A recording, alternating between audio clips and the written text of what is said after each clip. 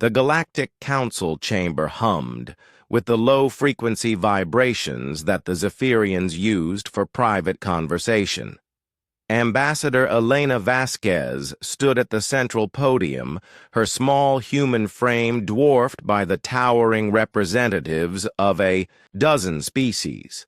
The crystalline makers reflected light in patterns that suggested amusement, while the gas-form nebulans pulsed with colors that any xenobiologist would recognize as derision.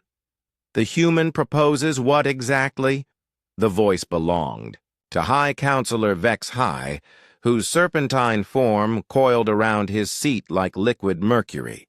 His translation implant rendered his words in perfect English, though the contempt needed no translation. Elena straightened her shoulders. Earth requests a standard planetary defense contract. We offer our military services to any council member facing external threats in exchange for standard galactic currency and technology sharing agreements. The laughter started with the Korthax delegation, a sound like grinding stone that made Elena's teeth ache. It spread through the chamber like wildfire. The Zephyrians' wing beats created a thunderous applause of mockery. Even the usually stoic Titan Spawn's massive frames shook with what passed for mirth among their kind. Military services? Vex High's voice dripped with amusement. From a species that has barely mastered interplanetary travel, whose greatest military achievement is dropping primitive nuclear weapons on their own kind. Elena's jaw tightened. We've been studying galactic warfare for 50 years since first contact. You've been studying, interrupted Counselor Zarathek of the Void Hunters. Her species had ruled 3 star systems before humanity had discovered fire. We've been perfecting it for millennia. Your entire species has existed for less time than my grandfather's military service. More laughter rippled through the chamber. Elena waited for it to die down before speaking again. Nevertheless, the offer stands. When you need us, Earth will answer.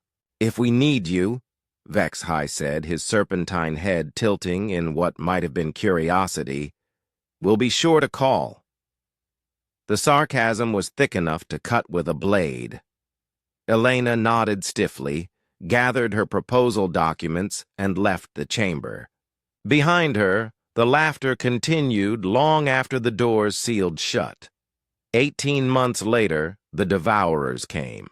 They emerged from the void between galaxies like a plague of living darkness. No one knew where they originated. Some cosmic horror. From the space between spaces, perhaps, or an experiment gone wrong from some long-dead civilization. What mattered was what they did. They consumed everything. Matter, energy, even the fabric of space-time itself seemed to bend and break under their hunger. The first system to fall was Kepler 442, home to the proud stellar confederacy. 12 billion souls vanished in 6 hours.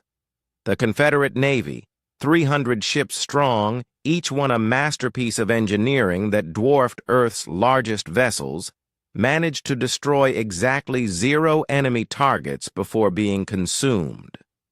The Void Hunters mobilized next. Their legendary strike fleets, feared across 3 galactic arms, lasted 8 hours against the swarm. Counselor Zarathek's grandfather, the hero of the Titan Wars, made his final stand at the Nexus defense, Grid. His death cry echoed across subspace before cutting off abruptly. System after system fell. The Makers tried to reason with the entities, broadcasting mathematical proofs and philosophical arguments. The Devourers consumed their transmissions. Along with their crystal cities, the Nebulans attempted to hide in gas giant atmospheres. It made no difference. Within 3 months, 47 star systems had gone dark. Refugee fleets choked the hyperspace lanes, carrying tales of horror that grew worse with each telling. The Galactic Council convened an emergency session, their pride replaced by barely controlled panic. Options! Vexhi's voice had lost its characteristic arrogance. We need options. The Titan defense grid, suggested someone, consumed 3 days ago. The reality anchors failed at Proxima 7. The chamber fell silent except for the quiet sobbing of a Zephyrian ambassador whose homeworld had fallen that morning. It was Counselor Thane of the Korthax who finally spoke the words everyone was thinking. Perhaps it's time to contact the humans. The suggestion hung in the air like a toxic cloud. These beings who had ruled the galaxy for millennia, who had laughed at Earth's presumption, were now considering calling the very species they had mocked. They're primitives, someone protested weakly. They've never faced anything like this. They can barely fight each other effectively. But Vexhi was already activating the quantum communicator. The message reached Earth's orbital defense stations within 6 hours. Admiral Sarah Chen read it twice before believing it was real. The Galactic Council, in its infinite wisdom, was formally requesting military assistance from the species it had dismissed as children playing with sticks. "What's our response?" asked General Morrison, Earth's defense minister. Chen smiled grimly. "We answer, once." The human fleet that emerged from hyperspace above the contested system of Ross 128 bore little resemblance to the sleek, elegant vessels of the galactic powers. Earth's ships were ugly things, angular, heavily armored, bristling with weapons, that any civilized species would consider barbarically simple. No energy shields, no reality manipulation fields, no quantum uncertainty generators, just thick armor plating, nuclear warheads, and kinetic projectiles that moved at significant fractions of light speed. The Devourer swarm sensed their approach and moved to engage. These entities that had consumed the finest military minds in the galaxy, that had brushed aside weapons that could crack moons and defenses that could stop stars. They met humanity's answer. The first salvo was conventional nuclear warheads, primitive by galactic standards, but delivered in quantities that would have horrified a civilized military planner. Thousands of them, targeted not at individual devourers, but at empty space, where the swarm would be in 30 seconds. When they detonated, the electromagnetic pulse that had once been considered humanity's greatest weakness became their greatest strength. The Devourers, creatures of energy and exotic matter, found their coherence disrupted by simple electromagnetic radiation. The second wave was kinetic. Tungsten rods accelerated to 20% of light speed, each one carrying the kinetic energy of a fusion bomb. No exotic physics, no reality-bending technology, just Sir Isaac Newton's laws applied with devastating efficiency. The Devourers that had shrugged off quantum disruptors and dimensional weapons found themselves torn apart by simple momentum. But it was the third wave that ended the battle. As the Devourer swarm regrouped, trying to adapt to these crude but effective weapons, humanity deployed their most terrible weapon, patience.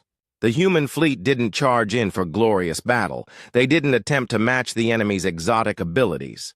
Instead, they did what humans had always done best. They ground their enemies down through sheer, stubborn persistence. Wave after wave of kinetic strikes, nuclear bombardments, and electromagnetic pulses. The Devourers adapted, evolved, tried new strategies. The humans responded by building more ships, training more crews, and hitting them again, and again, and again. When the last Devourer finally dissipated into cosmic background radiation, Admiral Chen sent a simple message to the Galactic Council. Ross 128 system secured. Enemy eliminated. Earth stands ready to answer the next call. In the council chambers, there was no laughter. Only the sound of a dozen species finally understanding that sometimes the best response to an impossible enemy wasn't impossible technology.